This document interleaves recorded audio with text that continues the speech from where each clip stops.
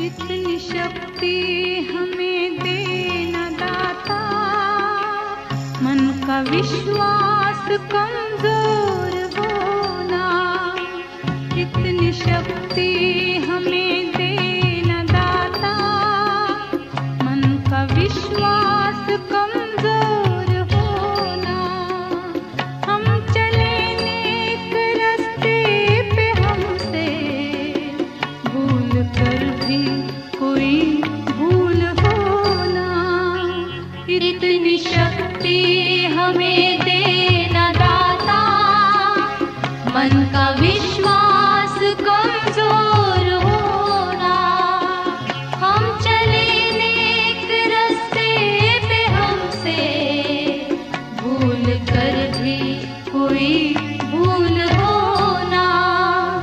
इतनी शक्ति हमें देना दाता, मन का विश्वास कमजोर होना।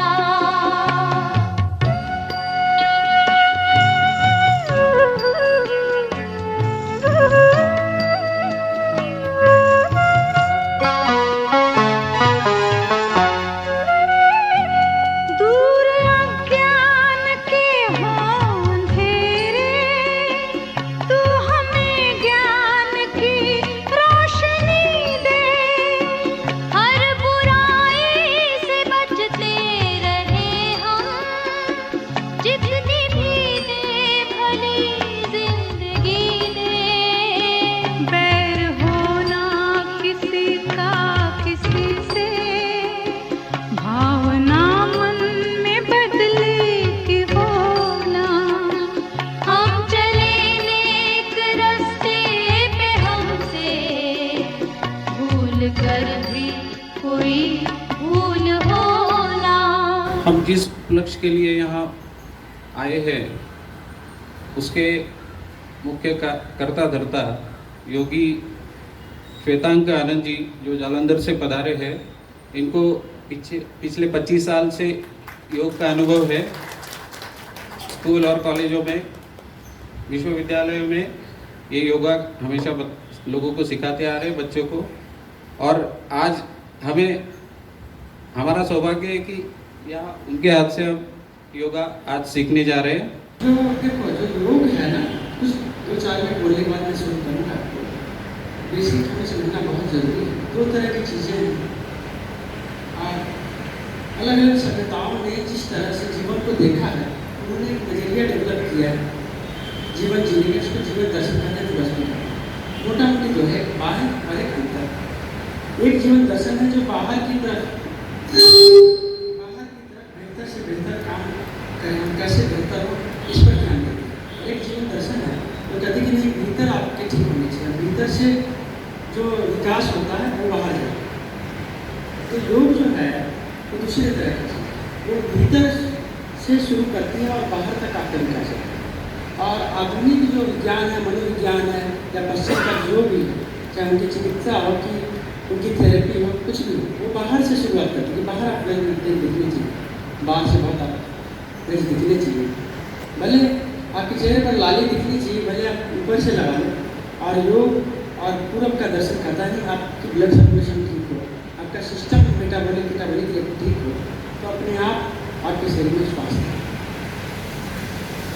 अब देखो, योग क्या है कि नॉन एरोबिक एक्सरसाइज, दो तरह की क्रियाएं होती हैं। एक होती है जिसमें हमारा बहुत ताकत लगता है, ठीक है, इसमें हमारी सांस पर हमारा कंट्रोल नहीं होता। योग को भी एक्सरसाइज से मिक्स करके करवाया जा रहा है। ट्रेडिशनल योग अलग है और हम आज ट्रेडिशनल योग पर बात करें, ठीक है। तो जब भी जैसे कि कोई भी आसन है, आप जब तेजी से करते हैं और बहुत ज़्यादा ताकत लगती है तो योग नहीं है। क्योंकि योग का विज्ञान ये मानता है कि आपकी श्वास जो है बहुत इम्पोर्टेंट है।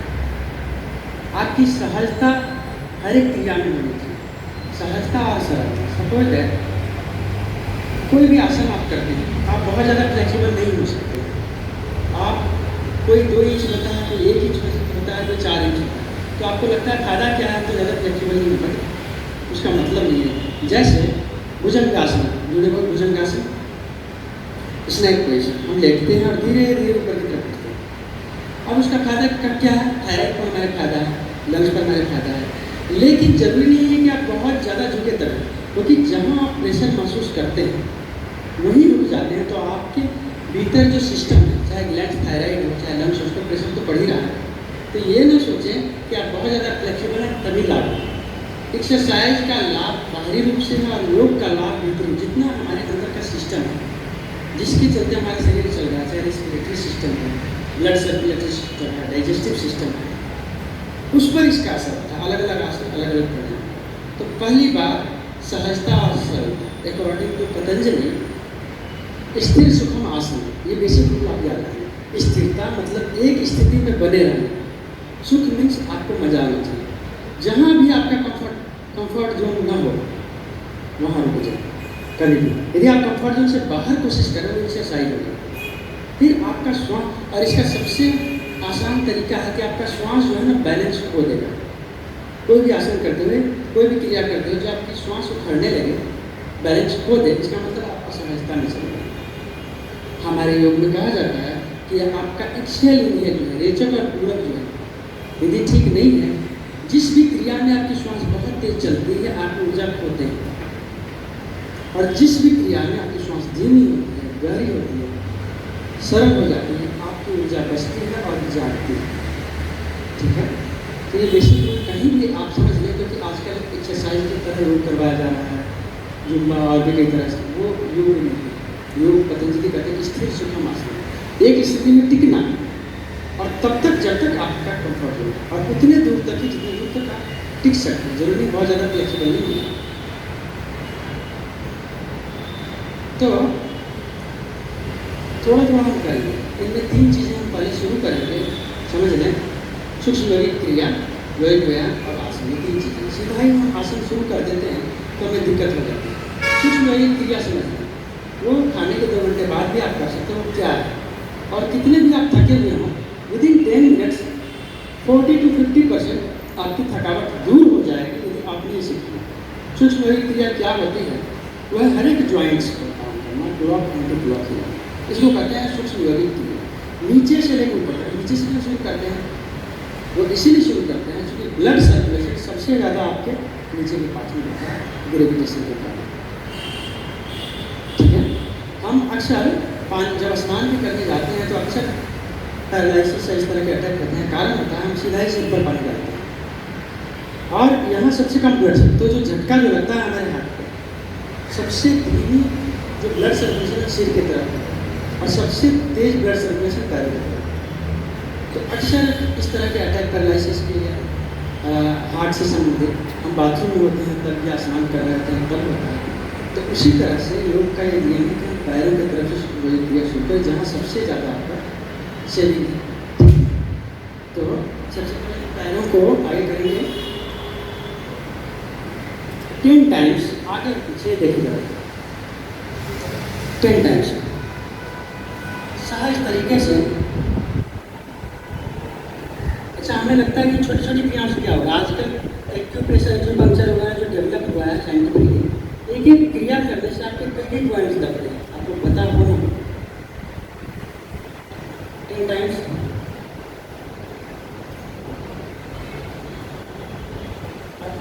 क्लॉक एंटी क्लॉक घुमाएंगे 10 टाइम्स। 1 2 3 4 5 6 7 8 9 10 1 2 3 4 5 6 7 8 दोनों पैरों के बीच गैप डालें। बिल्कुल सहज और सरल तरीके से 100 टाइम्स इसको, जैसे बच्चे करते हैं पूरा फ्लेक्सिबिलिटी, इसका असर आपके 3 ज्वाइंट पर पड़ेगा। तो लोअर बोन में भी प्रॉब्लम है, आपने देखा होगा एक्चुअली कि आपके लोअर बोन में प्रॉब्लम है तो पैरों तक कट जाएगी, और अपर बोन में भी प्रॉब्लम है तो हाथ में नसों सियाटिका भी कहते हैं, साइटिका कहते हैं, बदल पैर में जाती है। यदि आप एक छोटी सी क्रिया करेंगे तो वो ठीक हो जाएगी। ऐसे करेंगे चाहे 100 टाइम्स काम करेंगे, सभी अपनी सहजता के हिसाब से बिल्कुल ढीला छोड़ें, इसको हार्ड करके नहीं करना है, बहुत रिलैक्स अवस्था है। छोटी छोटी जो क्रियाएँ हैं अब सीधा आसन शुरू करने के बदले हम यहाँ से शुरू करते हैं, हमारा पूरा सिस्टम पहले उनका जाता है। अच्छा, एक और बात है, हम कहते हैं कि योग करने से पहले थोड़ा हम वार्म अप कुछ ऐसा वर्कआउट करें बॉडी को, वो हमारी पद्धति नहीं है, क्योंकि पश्चिम में इतनी ठंड पड़ती है, रूस में, इंग्लैंड में, सब जगह, कि वहाँ पर कुछ भी करने से पहले अपने शरीर को गर्म करने की जरूरत है। हमारा देश ऐसा नहीं है, तो हम सूक्ष्म लाभ में बहुत ज़्यादा और जरूरत उस तरह की जरूरत नहीं है, हम सीधा ही शुरू कर सकते हैं। ठंड में क्या होता है कि हमारे सारे मसल्स पकड़े हुए होते हैं, हमारी जो मांसपेशियाँ हैं वो सीधा काम नहीं करती, लेकिन जहाँ हम रहते हैं वहाँ कोई ठंड नहीं होती, माइलेज भी नहीं जाती, हम सीधा ही सूक्ष्म क्रिया से कर सकते हैं। हमें किसी शुरुआती जो है ना एक्सरसाइज की या तेज भागने की जरूरत नहीं है।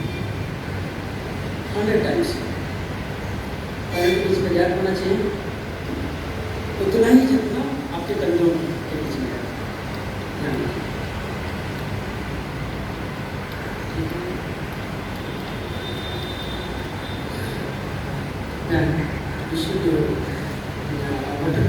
उत्तरी आसन, सारी जो क्रियाएँ यहाँ पर किया, हमने यहाँ किया, यहाँ तक किया।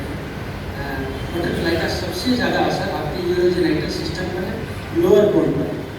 लोअर बोन में आपकी प्रॉब्लम है, आपने करना शुरू किया तो धीरे धीरे वो ठीक होगी।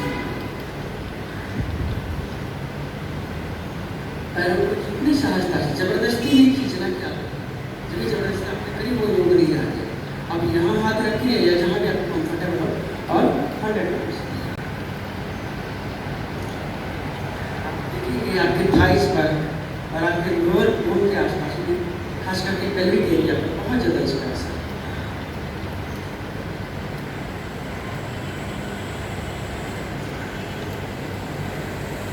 अच्छा, योग जो है, पुरानी पद्धतियाँ हैं, वो आपको ज़्यादा से ज़्यादा स्वनिर्भर बनाने पर जोर देती है, ये भी समझिए। जैसे कि जितना हम किसी चीज़ पर निर्भर डिपेंड हो जाता है, शुरू में हमें अच्छा लगता है, बाद में हमारी मुश्किल हो जाती है। ऐसी है जैसे कैलकुलेटर नहीं था तो बड़े आराम से काम कर लेते थे, अब दिक्कत होती है। मोबाइल नहीं था तो साधारण लोगों को भी 10-12 नंबर याद होते थे, अब तो अपना नंबर भी देखना पड़ता है रिचार्ज करके। तो योग जो है सिर्फ शरीर पर केंद्रित नहीं है। अब योग में श्वास, क्रिया और मन, इन तीनों को जोड़ा जाता है। जैसे आप किसी भी योगिक क्रिया करते हो, किसी भी प्राणायाम को करो, अनुलोम विलोम है, तो हम घड़ी रख लेते हैं, वो ठीक नहीं। हम जब काउंट करके हमें वो चैलेंज, जैसे आप शरीर पर काम करते हैं तो शरीर मजबूत होता है, स्वस्थ होता है, आप माइंड के लिए कुछ भी नहीं करते। तो जब आप कर रहे हैं उस क्रिया को और आप काउंट भी कर रहे हैं, तो उसके साथ साथ आपके कंसंट्रेट होने की शक्ति बढ़ती है। और हमारा पूरा जो सिस्टम है वो आप जिस तरह से ट्रेन करोगे उस तरह से होगा। आपने देखा कि एक लड़का जो 10 बजे तक सोया, तालियों में 1.5 साल में बाद बिल्कुल 6 बजे तैयार है डिसिप्लिन। आप जितना छोड़ देंगे वो चीज़ नीची हो जाएगी, डाउन हो जाएगी, जितना भी आप उस पर काम करेंगे वो बेहतर होना चाहिए। तो हमेशा घड़ी के बिना करने की कोशिश करें, कोई भी क्रिया करते हैं उसके साथ साथ आपके मेंटल प्रॉब्लम नहीं है, क्योंकि मशीनों के चलते हमने इसको कोई भी चैलेंज बिना कर देना। नेक्स्ट गुरुबर बनाएंगे, खूब गहरी सांस लेंगे, लेफ्ट जो आपका लेग है गहरी सांस लेते हुए प्रेशर देंगे, 1 2 3 4 5 देंगे। जिनको भी हार्ट की प्रॉब्लम है वो नहीं करेंगे, सर्जरी वाले नहीं करेंगे, सर्जरी वाले पॉज नहीं करेंगे, ख्याल रखें, सूक्ष्म लघु क्रिया कर सकते हैं। मेरा पुराना लोकल हॉस्पिटल में उससे होता है, सहज प्रेशर देंगे, 1 2 3 4 5 then exhale, then inhale, right leg 1 2 3 4 5, relax, inhale, pressure देंगे 1 2 3 4 5, relax, inhale, pause 1 2 3 4 5, inhale, pause 1 2 3 4 5, relax, inhale, pause 1 2 3 4 5, relax. अब बोथ लेग प्रेशर देंगे, प्रेशर देने से क्या होता है आपके दोनों लंग्स जो है ना, इन्हें प्रेशर देंगे 1 2 3 4 5 रिलैक्स। अब इस छोटी सी क्रिया का क्या है? अकॉर्डिंग टू एनाटॉमी आपके दोनों लंग्स बराबर काम नहीं करते, एक ज़्यादा ही काम करता है। तो ये थोड़ी सी जो क्रिया जब आपने प्रेशर दिया श्वास एक ही रोक करता है, बहुत ज़्यादा भी नहीं रोकना है। जो बहुत हाई लेवल के योगी हैं तो बहुत ज़्यादा श्वास नहीं रोकते, श्वास रुक जाने का श्वास नहीं रोकता है। आपको एक्सेल इनहेल पर ज़्यादा जोर देना चाहिए, उससे ज़्यादा। और इसी से आपके लंग्स पर, यदि आप लंग्स पर काम कर सकते हैं तो पूरे बॉडी पर काम कर सकते हैं। लंग्स पर जो भी क्रिया असर करेगी वो डायरेक्ट आपके हार्ट पर असर करेगी, और हार्ट जो आपके ब्लड सप्लाई के स्टेशन है वो एक सेल तक को प्रभावित करता है, समझ लीजिए। तो जब आप ये करते हैं कि दोनों लंग्स आपके धीरे धीरे एक्टिव हो जाते हैं, इसलिए हार्ट की प्रॉब्लम इसीलिए होती है कि लंग्स की देख देख के आप कर पाओ ठीक से, वो कोई प्रॉब्लम नहीं है। तो एक कोई चीज़ है जिसके बिना हम कुछ मिनट भी नहीं रह सकते, तो वो है ऑक्सीजन। और उसको ठीक ठीक प्रॉपर यदि लेना और पूरे बॉडी में उसको डालना सीख गए तो अपने आप अच्छा हो सकता है, ठीक है। अब अगली क्रिया करेंगे 2 3 हाथ, थोड़ा सा हम हाथों पर आते हैं, हाथ 10 टाइम्स हम करेंगे।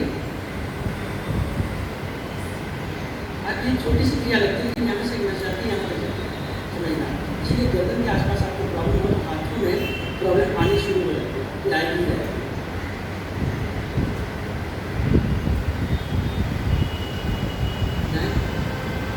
One, 2 3 4 5 6 7 8 9 10। क्या होता है कि एक पार्ट्स जब आपके किसी कहीं परेशानी होती है तो दूसरे पार्ट्स को प्रभावित है। अब ये जो क्रिया है कब बात वगैरह आयुर्वेद में करते हैं, बात का मतलब ये एज वाली अच्छा के हाथ में कंपन हो जाता है, पकड़ कमजोर हो जाती है, तो नर्वस सिस्टम में प्रॉब्लम होती है। तो नर्वस सिस्टम में प्रॉब्लम के चलते यदि आपके हाथों में दिक्कत आ जाती है तो हाथों की एक्सरसाइज से आपके नर्वस सिस्टम पर भी असर पड़ता है। समझ रहे इस बात को? सीधा आप नर्वस सिस्टम की एक्सरसाइज यदि नहीं कर सकते योगी प्रक्रिया, तो हो सकता है कि हर एक योगिक प्रक्रिया हर एक व्यक्ति नहीं कर सकते, तो छोटी छोटी चीज़ों से भी आप वहाँ तक असर डाल सकते हैं। अब इस हाथ को ऐसे करेंगे, मुट्ठी बांधेंगे, जो आप टेंटी तरफ टेंडेंगे 1 2 3 4 5 6 7 8 9 10। 1 2 3 4 5 6 7 8 9 10। 1 2 3 4 5 6 7 8 9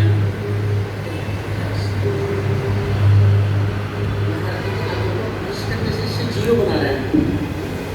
1 2 3 4 5 6 7 8 9 10।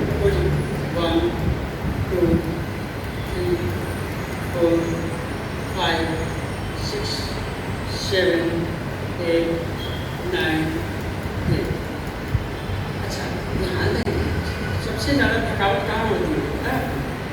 जब हम थकते हैं सबसे ज़्यादा थकावट हमारे आईज में और हमारे, यदि आप इन दोनों जगहों को ताज़ा करना सीखा, एक्सरसाइज नहीं करना, ना आँखों की सबसे बड़ी थकावट होती है। तो ऊपर का एक्सरसाइज करना और आँखों का एक्सरसाइज करके आप अपनी आँखों को और गर्दन को ताज़ा रख पाएँ तो आपकी वर्क एफिशिएंसी बढ़ जाएगी और थकावट कम होगी। तो ये जो अपर रोल का और ये शोल्डर का जो एक्सरसाइज है ये डायरेक्ट आपके गले, गर्दन और आँखों को प्रभावित करता है। अब नेक्स्ट इस कंधे से जैसे ना इससे हम जीरो बनाएंगे 1 2 3 और महसूस करें कि कहाँ तक इसका असर आपके शरीर में जा रहा है। 6 7 8 9 10। 1 2 3 4 5 6 7 8 9 10। एक बात और है, देखिए जो योग है ना, योग का विज्ञान है जो हमारे शास्त्र में कहते हैं कि हमारे मन की जो है ना, मन का हमारा एक स्वभाव है, नेचर, वो उसको जिस जगह लगाओगे ना वो चीज़ डेवलप होती है, विकसित होती है। इसलिए हमारे कभी हमने सब ने कहा था जो कुछ संग संग कीजिए, जैसे संग करोगे वैसा ही मन आपका होगा। साधारण जीवन में आपको चुना है कॉमेडी वाले में देख लो तो आपका मन कुछ और रहता है, आपके स्वभाव में कुछ देर तक कोशिश करता है। आप एक बहुत ज़्यादा दुख वाला फिल्म देख लो तो कुछ देर के लिए आप बिल्कुल निराश हो जाते हैं आसपास। जिस तरह की चीज़ हम पढ़ लें या देख लें उसका असर होता है। तो उसी तरह से हमारे यहाँ क्या है कि जब भी आप कोई चीज़ करते हैं वो चीज़ डेवलप है। अब आप जब अच्छे से योग कर रहे हैं आप उस पाँच पर आप ध्यान रखते हैं, आपका मन वहाँ है तो वो कई गुना ज़्यादा असर क्रिया करेगा। लेकिन हम कई एक टाइम में कई काम कर रहे हैं, हमारा मस्तिष्क कई जगह पर है, लेकिन हम पूरा लाभ नहीं ले पाते।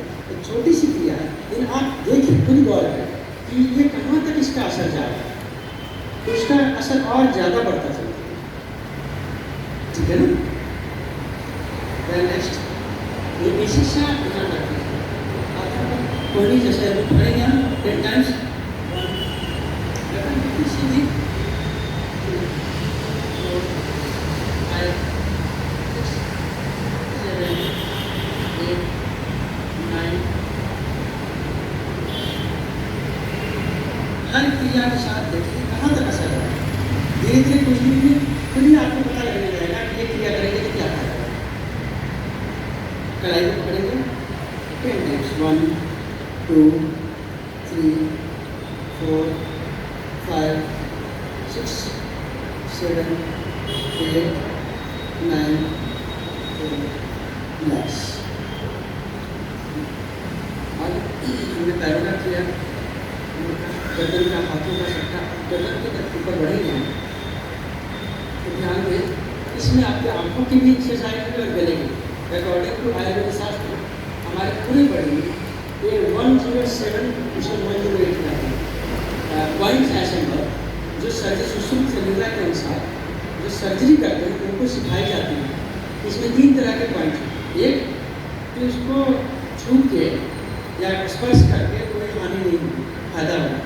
एक है जो सेविंग है, एक है बहुत डेंजरस, उनको सर्जरी वाले भी नहीं छूते। कुछ 8-10 पॉइंट्स आपके गले में, तो गले और वो इतनी इफेक्टिव हैं कि जो बहुत ज़्यादा एक्सपर्ट्स हैं वो भी छूने से कतराते हैं। तो गले एक पावरफुल बात है, खास करके आपका नर्वस सिस्टम जो आपका यदि मस्तिष्क जो है जिसको भी सीधा प्रभावित किया जा सके तो हर एक पूरे शरीर को प्रभावित किया जा सके। तो इसके लिए उसको इनडायरेक्टली हम एक्सरसाइज करते हैं, डायरेक्टली नहीं करते। अब जैसे पुराने समय में जो वाद्य था शंख या कीर्तन हो, आप वाद्य करते हो तो ये सारा सिस्टम का आपका एक्सरसाइज है। तो इसमें गले के कुछ एक्सरसाइज हैं जैसे आप पहले ध्यान से देखिए, आप क्या उठते हैं और उसके साथ साथ है ना आपकी आँखें भी पीछे देखती हैं। तो उससे क्या हो रहा है कि जो आपकी सुनहरी मांसपेशियाँ हैं मसल्स वो फैलना और सिकुड़ना कम हो जाता है, तो हमारी दृष्टि में कमजोरी आ जाती है। इसको हम चैलेंज नहीं देते। इस क्रिया से हम बोलते हैं गर्दन के साथ साथ आँखों को जब लेफ्ट गर्दन करें देखने की कोशिश करें और जब राइट करें डू 10 टाइम्स 1 2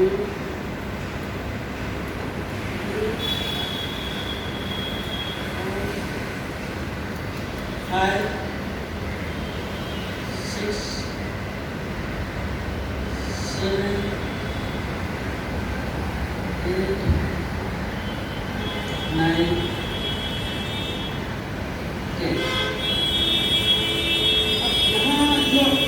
प्रेशर दिया आपने गले को, ब्लड सर्कुलेशन समझ लिया, ब्लड प्रेशर नहीं सीखा।